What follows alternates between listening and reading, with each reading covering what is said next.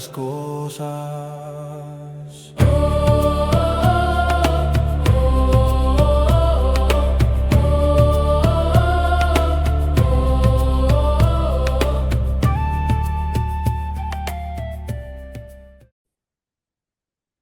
Bienvenidos a un episodio más de Hierogamia. Yo soy Jimena Pernas Y mi nombre es Paco Azuara. y hoy nos acompaña alguien muy, muy querido para nosotros y para mí en lo personal, Rodolfo Pineda, el doctor Rodolfo Pineda. Bienvenido, Rodolfo. ¿Qué tal, Jimena? Muchas gracias. Un gusto estar aquí con ustedes. Pues normalmente lo que seguiría aquí es que la persona se presente, pero aquí me gustaría presentarlo un poquito yo antes de que se presente. Rodolfo fue mi profesor en la universidad y después de eso hemos trabajado en varios proyectos juntos. Entonces van a ver que le hablo de usted, pero es que nunca me pude quitar este tema de prof y de hablarle de usted de la universidad. Entonces ahora sí, prof, es que le digo prof, se me quedó. Prof, nos podría contar un poquito quién es usted y a qué se dedica? Bueno, sí, con mucho gusto. Soy director de escena y dramaturgo en cuanto a mi actividad y bueno, tengo una licenciatura en teatro, una maestría en teatro y un doctorado en artes escénicas e interdisciplina por el IMBAL. Entonces, a lo que me dedico pues es a la escritura de textos creativos. También doy talleres de cuento, de lectura y de escritura. Y básicamente al asunto escénico, ¿no? Desde la investigación hasta la creación, que siempre van unidas porque cuando haces una puesta en escena, pues tienes que investigar, ¿no? Pero esto no es una investigación nada más de documentación, sino de llevar a la praxis, de llevarlo al escenario, ¿no? Entonces, pues esas son las cosas a las que me dedico y ahora estamos aprendiendo pues otras cositas más. Bueno, pero creo que está dejando fuera muchísimas cosas, o sea, un largo andar en el camino espiritual, en el budismo, en muchísimas cosas, ¿no?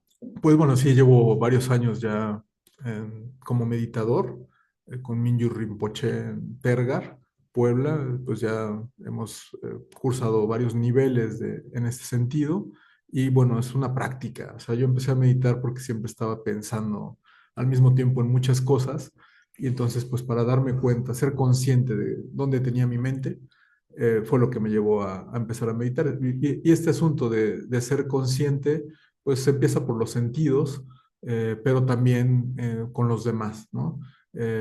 Y bueno, pues ahí en Tergar se lleva a cabo un Dharma, que ese es un camino. Mingyur Rinpoche es un maestro real de un linaje ininterrumpido de maestros y él está pues ya en varias reencarnaciones regresando aquí solo para enseñar. Digo, para los que les gusta el budismo, que el budismo en realidad pues no es una religión como tal o no se considera una religión, sino una práctica, aunque sí tiene, digamos, bases, estructuras. En realidad todos tendríamos un Buda interior, o sea, todos, igual que hay un Cristo interior, en realidad toda nuestra propia conciencia ya posee todo y cuando somos conscientes de que lo tenemos todo y vemos a todos los demás con esa misma mirada, entendemos que no somos tan diferentes, que todos a lo que venimos es a ser felices y evitar el sufrimiento. Eso es algo pues de la praxis que llevamos en Tergar y en ese sentido, pues el llevar la práctica de la meditación a la vida real, pues es un reto, porque en cuanto te subes al coche, sale tu cerebro reptiliano y ya entonces ya le quieres pisar y le quieres echar fierro a los demás. Pero si logras ahí ser consciente y decir, pues él también quiere llegar, yo también quiero llegar, pues que lleguemos todos bien. Wow. Ya estás llevando a cabo Sí. la práctica, Sí. ¿no? Digo, no quiero ahondar en el budismo, eso no será la cosa del día de hoy, pero hay una frase del budismo que yo he adoptado mucho para pues para mis oraciones, etcétera, que es esta parte de que esto sirva a la liberación de todos los seres, ¿no? O sea, no solo la mía, sino la liberación de todos. Y bueno, de budismo sé dos palabras y nada, entonces pues en otro momento ya hablaremos al respecto porque entiendo que es riquísimo lo que hay al interior del budismo. Sí, pues es una práctica, sobre todo, y pues lleva un compromiso, como toda práctica, ¿no? De ser Sí, consciente sí, y respetar en ese sentido varios principios, pero sí, es sí. como para otra charla. Muy bien, pues hoy vamos a empezar con el teatro. Yo, fíjense que pocas veces he ido al teatro, ¿eh? Entonces estoy en blanco un poco acá para que me vayan explicando qué es el teatro y Pues, creo que ese podría ser un fabuloso punto de partida. Prof, ¿qué es el teatro? Bueno, el teatro en sí es el lugar desde donde se ve. O sea, etimológicamente, ese es el lugar desde donde se ve. Los espectadores van a ver, pero también van a ser vistos. O sea, esto que en el surgimiento que es justamente en Grecia, en Occidente, porque en la India pues es en otro lado, ¿no? Tenemos mundialmente, es un origen ritual, el origen del teatro. Entonces, cuando ya se lleva como arte y sube a los escenarios, viene de las dionisíacas en Grecia, que son festividades que se hacían al dios Dionisos, que es uno de los dioses más complejos de la mitología, y que justamente, pues, según las fechas de cosecha de vino, pues se va llevando estas presentaciones. Y lo que tenemos en realidad en cuanto a documentación, pues lo hizo Aristóteles, que es igual que Paquito, nunca vio nada de teatro. Aristóteles fue y leyó lo que encontró y a partir de ahí él hizo su poética, ¿no? Pero él no fue testigo, Ujú. él no fue de estos observadores desde las gradas, que aparte estos escenarios eran espacios naturales que se utilizaban para ver y desde ahí escenificar, donde estaba el sol y por eso también la duración de las obras de teatro pues eran con la luz del día, porque pues no había la tecnología que hay ahora. Eh, eh, y tenían en este sentido, pues se dice un origen político en cuanto a que construían la polis, es decir, los hombres eran los que iban a ver teatro y los hombres eran los que en algún sentido estaban construyendo la polis.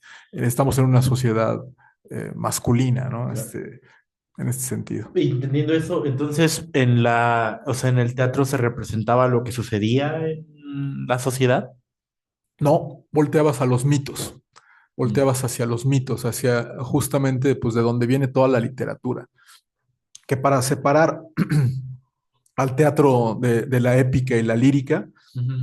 pues tenemos ahí tres partes, ¿no? La épica, donde estamos hablando de Homero, la Ilíada y la Odisea, y que también él voltea los mitos. Y en el teatro, pues estamos hablando de las tragedias y las comedias, que en su origen tenemos a Esquilo, Sófocles y Eurípides, y a Aristófanes, el gran comediante, que Ujú. se burla justamente de lo trágico, de esta mirada trágica, ¿no? Pero el origen de la palabra tragedia tiene un origen ritual, Tragos. el tragos tragodoy, que es justamente lo que es el sacrificio del macho cabrío.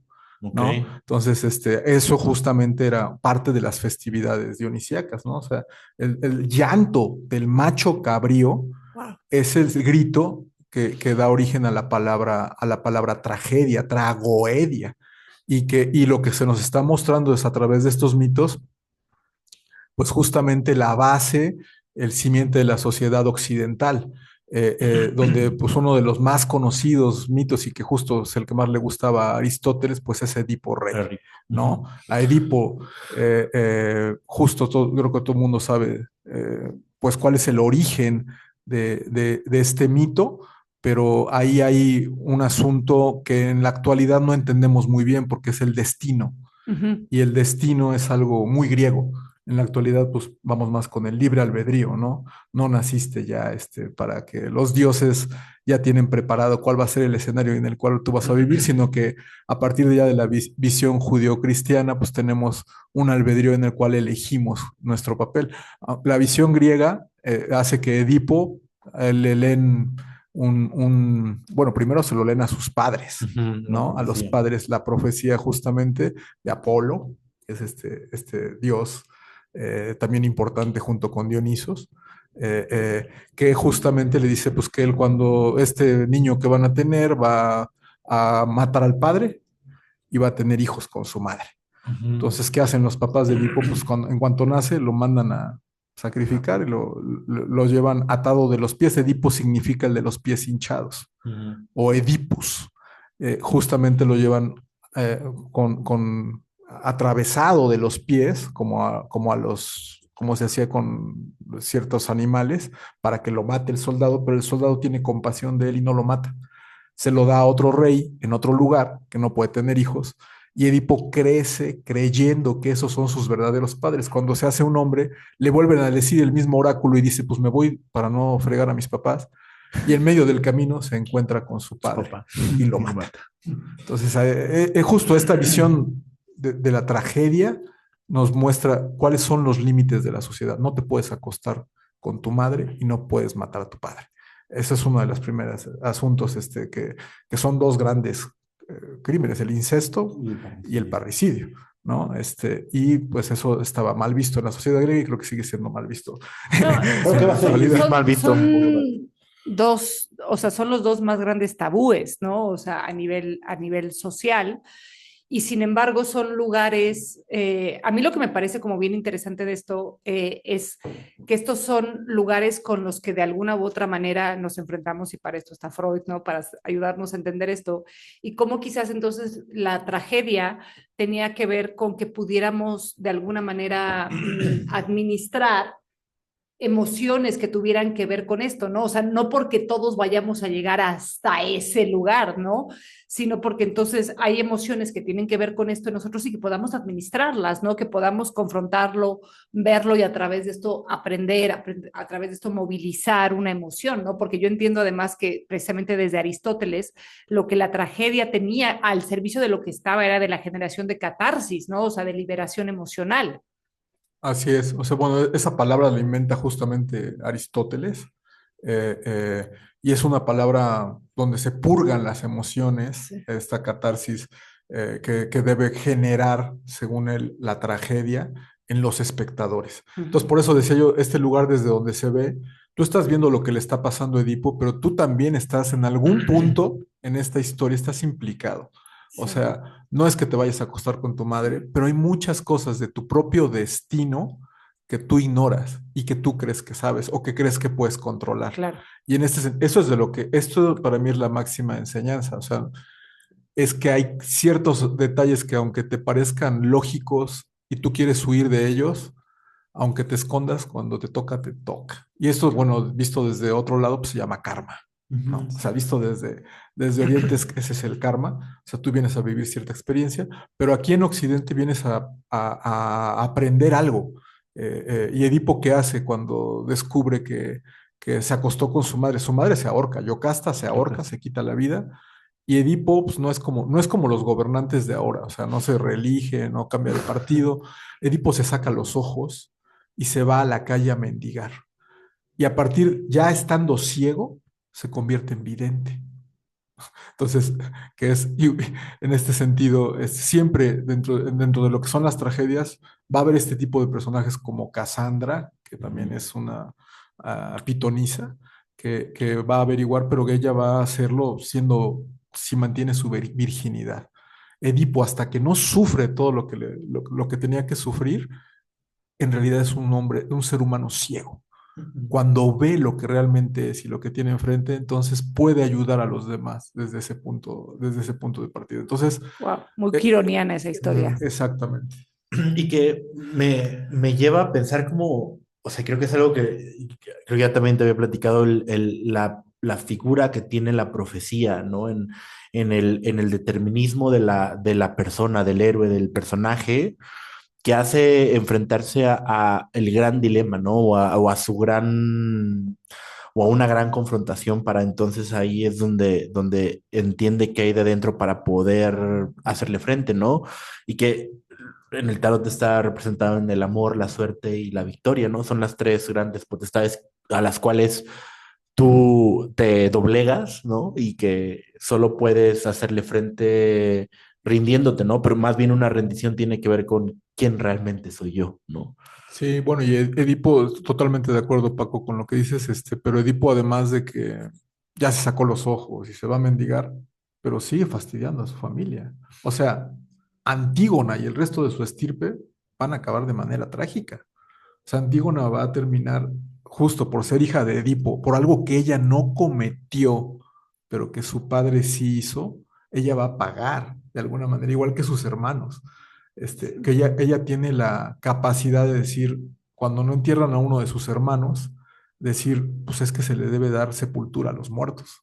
Y aunque vaya contra el nuevo rey que es Creonte, que es su tío, o sea, está en familia, este, ella lo entierra y ella termina enterrada. Antígona es la otra gran tragedia, creo yo, que aparte es la mirada femenina que complementa justo esto, porque esta mirada femenina es la que acaba de catalizar todo lo que en la familia ha caído a partir de la ceguera de Edipo, porque él paga sus culpas, pero también la paga su descendencia.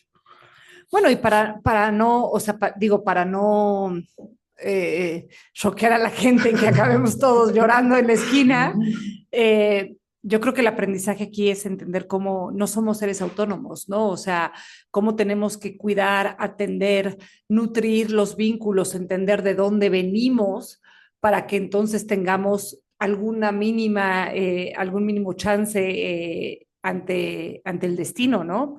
Que primero tendría que ver con empezar a poder ver el destino de frente y de una manera nietzscheana, pues no sé, apelar a la voluntad de poder que viene a partir de decirle sí a la vida irremediablemente, ¿no? Es correcto, sí, sí, sí, sí. Y bueno, leer estas tragedias justo no como algo catastrófico. Sí. La palabra tragedia es Es en sí, catastrófico. es esto, ¿no? Sí. Nos está mostrando esta parte oscura de la humanidad. Y yo creo que hay mucha sabiduría, ¿no? O sea, lo que se puede hacer es justo esta mirada, pero para recrear ahora lo que somos, porque ya no estamos atados a un destino ni a estos dioses, aunque hay energías que siguen estando en manos de estos dioses, al menos en los astros. Claro. Y ¿No? ¿sabe qué me venía? Michel Maffesoli, que es un sociólogo francés al que yo admiro muchísimo, él establecía la diferencia entre el drama y la tragedia. Y decía es que el drama tiene solución, la tragedia no. La tragedia no. Y entonces él decía que la tragedia tenía una función educativa muy profunda en la sociedad griega al plantearnos la mirada o la confrontación con respecto a esto que no puede, o sea, que no tiene una solución, ¿no? Entonces él decía, cuando se pierde la tragedia como forja del carácter de los ciudadanos de la polis, entonces estamos perdiendo algo súper poderoso que era muy importante tener. Así es, bueno, y en este sentido, bueno, ¿qué podíamos rescatar? Estamos, decíamos que es eminentemente política y eminentemente ritual, la tragedia, ¿no? O sea, este asunto, Edipo es un rey y Antígona es la hija de un rey. Uh-huh. Y el que está cometiendo el error es otro rey, Creonte, su tío. Entonces, digamos, en asuntos del poder, todos estamos implicados. Y en este sentido, también no podemos nada más cerrar los ojos y decir, ay, mira lo que está haciendo aquí y allá estoy, y a mí no me pasa nada. Lo que se está moviendo ahorita en nivel energético del poder en el mundo, Nos implica a todos. nos implica a todos. Y entonces, regresando a esto de la tragedia como algo que forjaba la identidad y el teatro como algo que tenía una raíz ritual, ¿cuál es la potencialidad del teatro? O sea, ¿el teatro es un acto de entretenimiento? O sea, ¿vamos al teatro para pasárnoslo bien? Bueno, una de las asuntos estéticos, el goce estético, sí es el divertimento, pero en el plano más amplio de la palabra divertir, como decía Bertolt Brecht. O sea, Brecht se ocupó del teatro justo en la posguerra, ¿no? Entonces, el teatro no vas a ir a nada más a divertirte desde el punto de vista de Brecht, pero no puedes dejar de divertirte. O sea, no nada más es didáctico, sino que también vas a hacerte preguntas. Aquello que debe ser respondido para la sociedad debe ser cuestionado en el teatro. El teatro tiene la obligación de cuestionar a los poderosos y demostrar de alguna manera preguntas que como individuos nos debemos hacer de cuál es nuestro papel en este punto, porque todos estamos de alguna manera u otra implicados en lo que ocurre.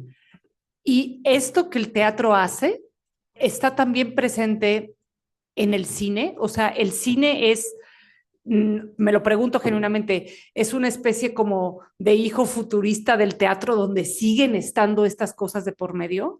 En algunos autores sí. Digamos que en sus raíces el cine era teatro. Uh-huh. Ahorita ya el cine tiene un lenguaje único que lo hace con la tecnología. La diferencia entre uno y otro, según Dubati, pues es que en el teatro vas a un convivio. Estás conviviendo con seres humanos vivos, parados frente a ti, que tienen una aura y una energía, y en el momento que te están transmitiendo eso están ahí. O sea, Claro, en cambio el cine ya quedó grabado y le pones play, le pones stop, lo puedes regresar. Eso ya le llama tecnovivio. Ya no es convivio, tecnovivio, es un ya es una wow, tecnología que te permite convivir, pero a distancia. claro, Entonces, digamos que eso, pero ¿para qué va el espectador a ver? Ese es el asunto, porque hay algo de este mundo que no estás pudiendo ver. Lo que en este mundo vemos, nos muestran a través de ciertos, supuestamente estamos en una época, y creo que es así, de sobreinformación, ¿no? O sea, a veces nos saturamos la mirada y vemos tantas cosas que creemos que sabemos todo, ¿no? Pero desde el teatro vamos a ver aquello que no ha sido visibilizado y que no puede ser visto más que desde ahí. Entonces, wow. en este sentido, pues también podemos ver esa historia de la humanidad que no ha sido contada.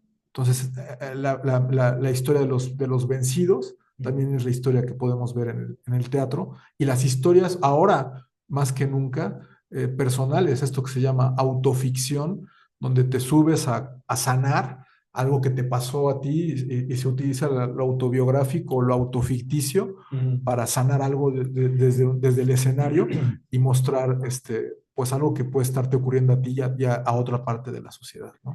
Y hacia allá quería llegar como a que podamos hablar de las posibilidades del teatro en su sentido como terapéutico y ritual. Y quiero poner dos preguntas que no tienen que ver entonces ya con ser espectadores, sino entrar al teatro.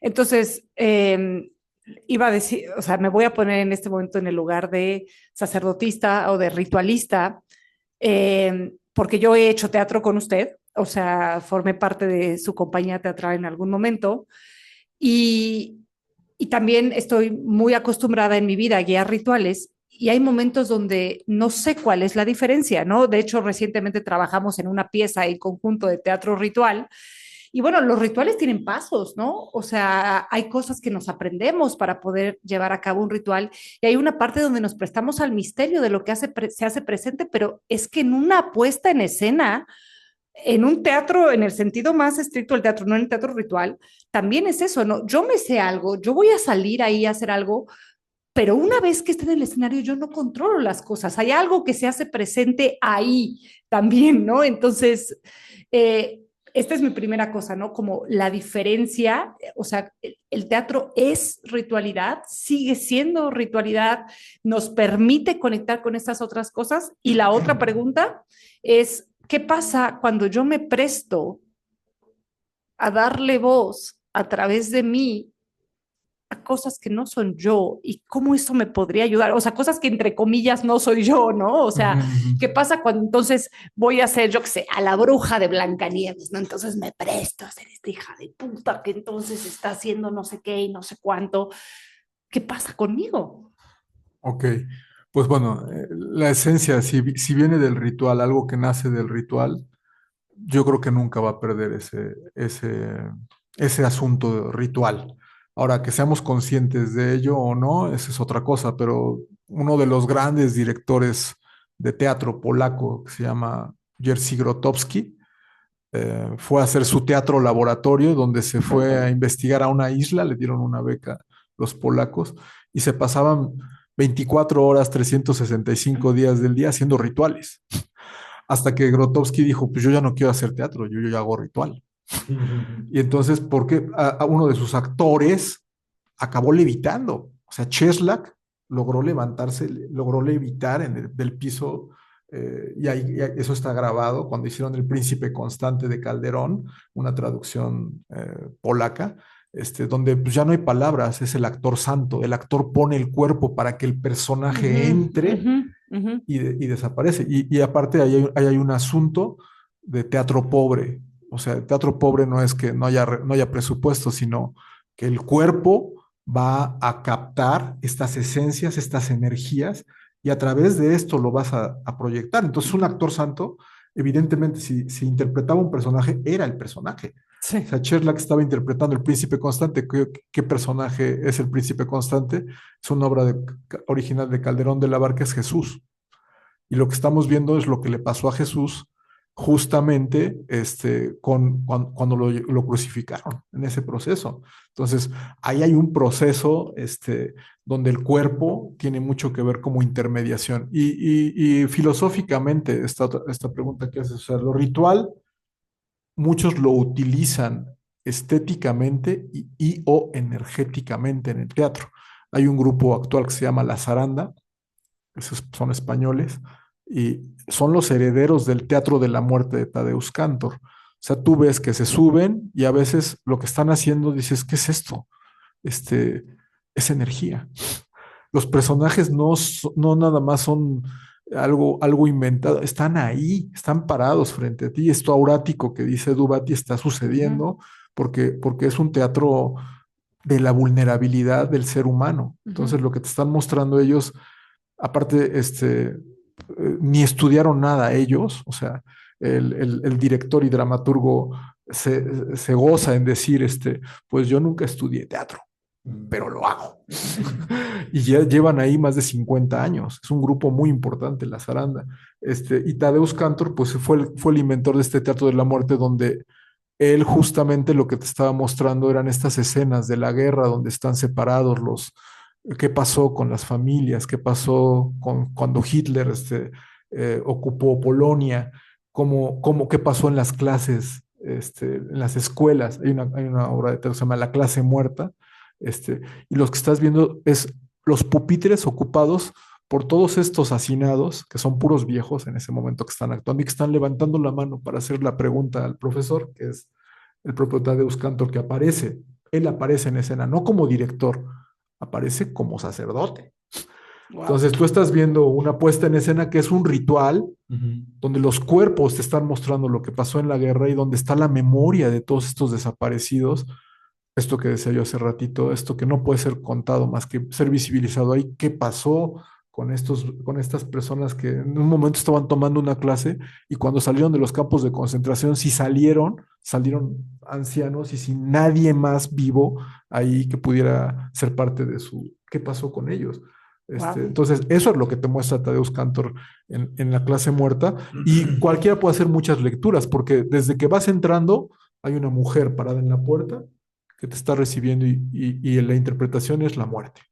La muerte está recibiendo a las personas que se están sentando como Tremendo. espectadores, pero la muerte te está viendo como ocurre o como ocurría en los rituales, o sea, porque las danzas macabras de la Edad Media, pues eran danzas macabras con música, que eran con un asunto también ritual, pero también escénico. Entonces, yo creo que esto va muy ligado, pero son energías que hay que utilizar con conciencia Y y con y técnica. con técnica. No Sí. cualquiera puede utilizar esto, ni puede hacer un ritual por repetir, porque bueno, no te vuelves como los masones, que pueden leer, lo digo con todo respeto, pero pueden leer una liturgia y hacerla, pero está muerta, Sí, como vacía, pues. porque no está la experiencia de por medio.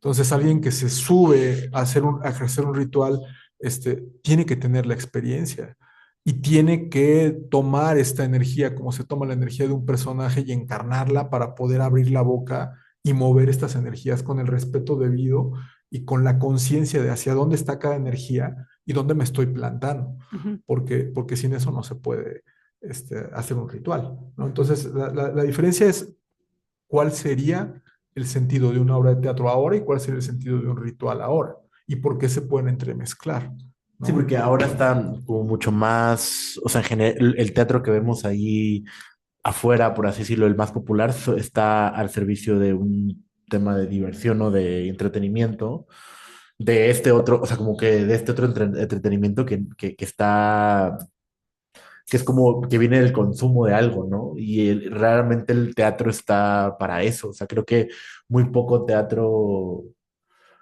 no sé, o sea, se consume nada más, sino se experimenta, se vive. Yo, la verdad es que tengo muy poca experiencia a nivel de teatro, pero pues sí en rituales. Y en un ritual justamente te implicas, ¿no? Te implicas demasiado y cada quien se implica de forma diferente para que algo suceda en ti a través de esta energía. Supongo que el teatro, como dices, es esto, ¿no? O sea, va por ahí. Sí, bueno, Unamuno dice justamente que la magia del teatro es que tú vas a hacer a Miguel Hidalgo y Costilla, Ujú, que es un personaje histórico que todo el mundo conoce. Dice, cuál es la magia del teatro? Que tú dejas de ver a Paco y ves a Miguel Hidalgo y Costilla ahí. ujú, Y aparte el teatro tiene en este sentido varios misterios, ¿no? Tú vas a...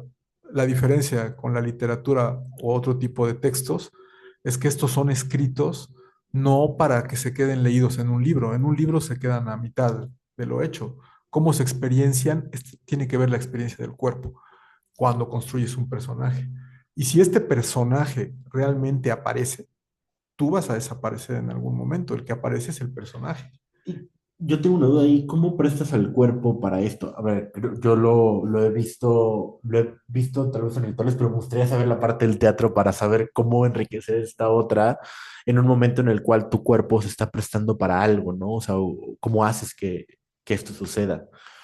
Pues con tienes que entrenar una herramienta muy que todos tenemos, pero que luego nos olvidamos de ella, que es la imaginación, Ujú, ¿no? O sea, con la imaginación y por supuesto que hay técnicas y hay muchas técnicas. Si estamos hablando de teatro realista, pues vamos a reducir a esta estética la presencia de algo o alguien, pero la mayoría de las estéticas del teatro pues pueden apelar a algo que no es necesariamente un cuerpo, y que es una energía, un símbolo que aparece en escena.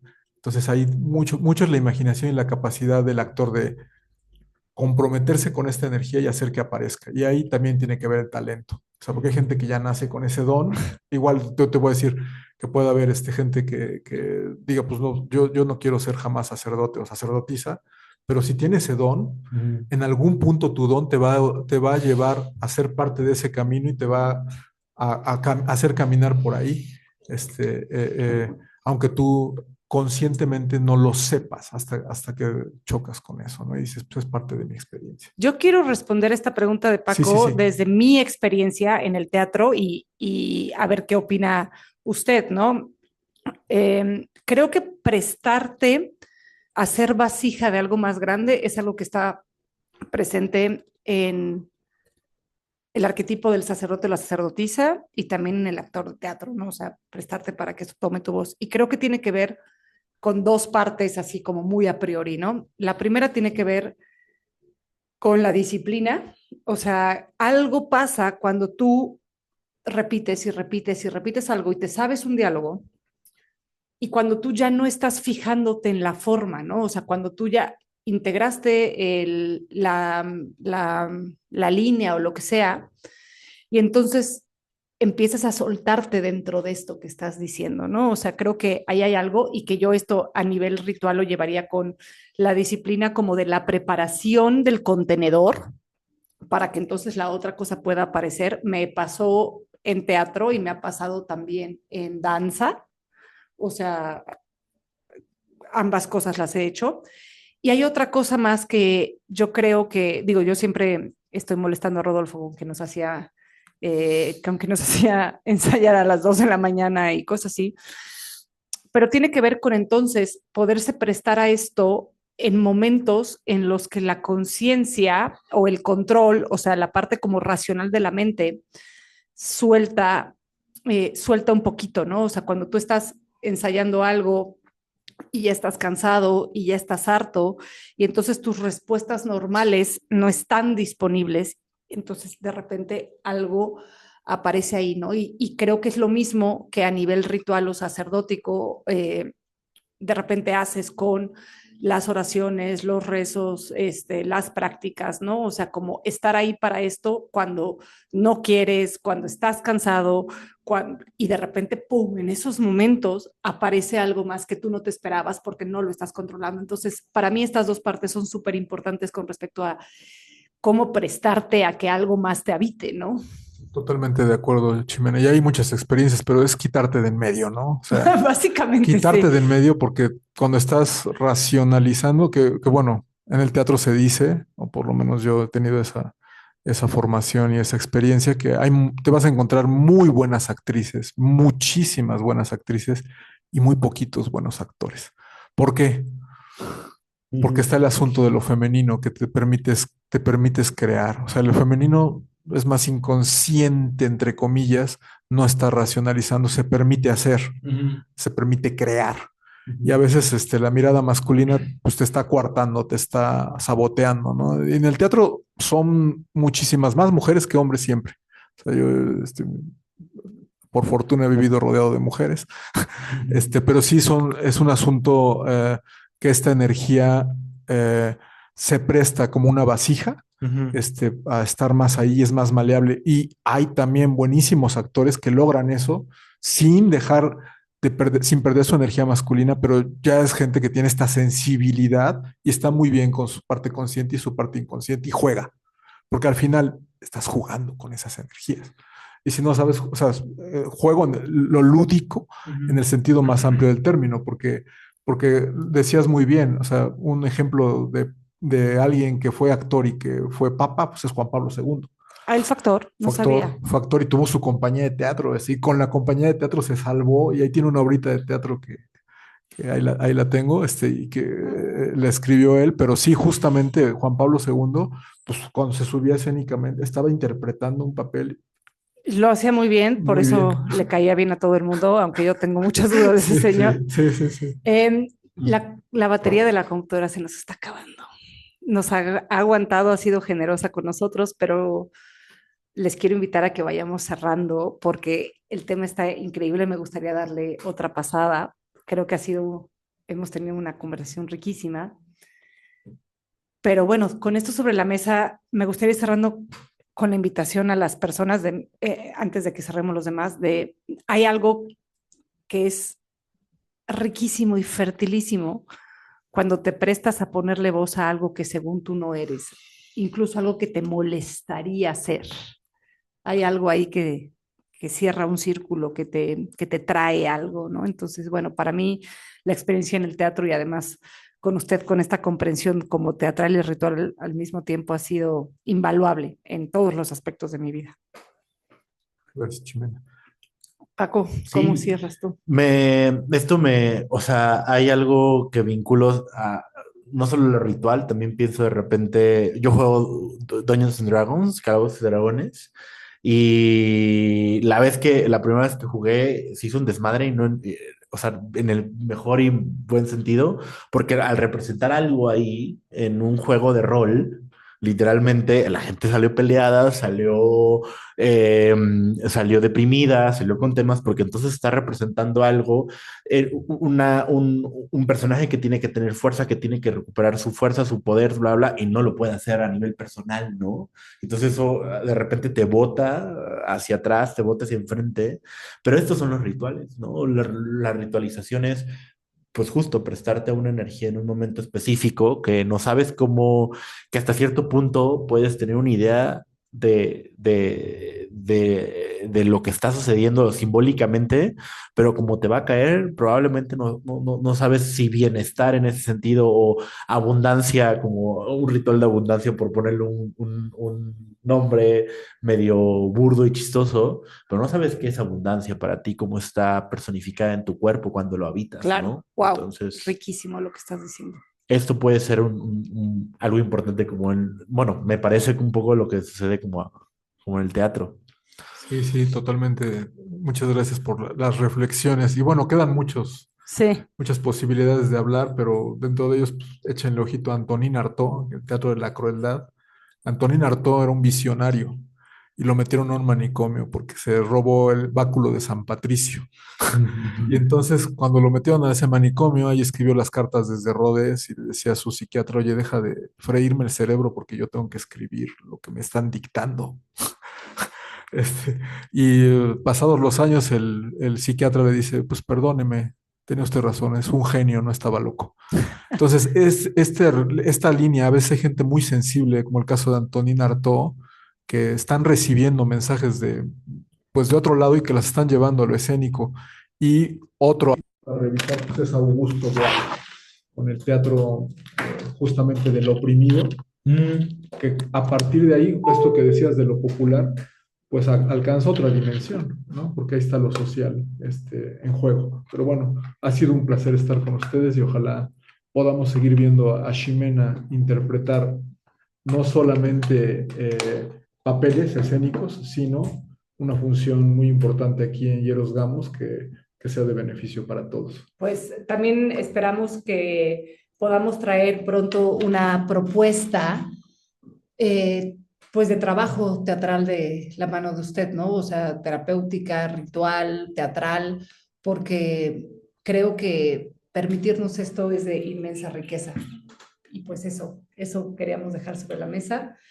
Estamos a media hora de estrenar este podcast, entonces gracias por estar aquí grabando esto en este momento con nosotros y pues hasta que nos volvamos a escuchar, que el abrazo entre los mundos nos siga sosteniendo. Esto fue Hierogamia Podcast con Paco Azuara, Ximena Pernas y el día de hoy Rodolfo Pineda. Gracias a todos. Hasta luego.